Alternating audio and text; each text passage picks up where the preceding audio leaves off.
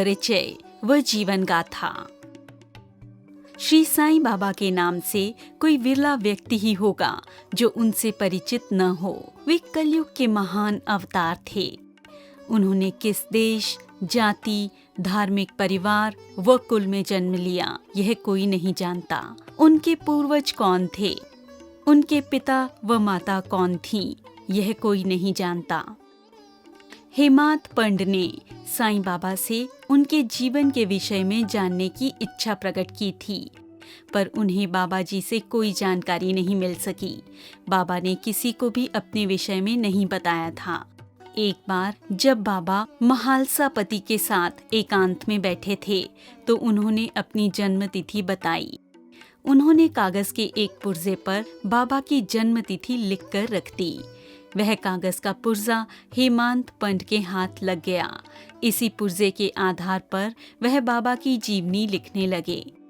पुर्जे के आधार पर बाबा का जन्म 27 सितंबर 1838 ईस्वी को हुआ था, पर बाबा के जीवन की वास्तविकता को कोई नहीं जानता। शिरडी गांव की एक वृद्धा जो नाना चोपदार की मां थी, उसके अनुसार एक युवा जो अत्यंत सुंदर नीम वृक्ष के नीचे समाधि में लीन दिखाई पड़ा। अति अल्प आयु में बालक को कठोर तपस्या करते देख लोग आश्चर्यचकित थे। तपस्या में लीन बालक को सर्दी, गर्मी व वर्षा की जरा भी चिंता न थी। आत्मसंयमी बालक के दर्शन करने के लिए अपार जनसमूह उमड़ने लगा। यह अद्भुत बालक दिन में किसी का साथ नहीं करता था। उसे रात्रि के सुनसान वातावरण से कोई भय नहीं सताता था। यह बालक कहाँ से आया था, यह प्रश्न सबको व्याकुल कर देता था। दिखने में वह बालक बहुत सुंदर था। जो उसे एक बार देख लेता, उसे बार बार देखने की इच्छा होती थी।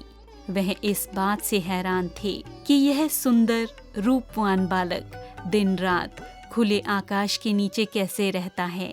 वह प्रेम और वैराग्य की साक्षात मूर्ति दिखाई पड़ते थे। उन्हें अपने मान अपमान की कभी चिंता नहीं सताती थी। वे साधारण मनुष्यों के साथ मिलकर रहते थे।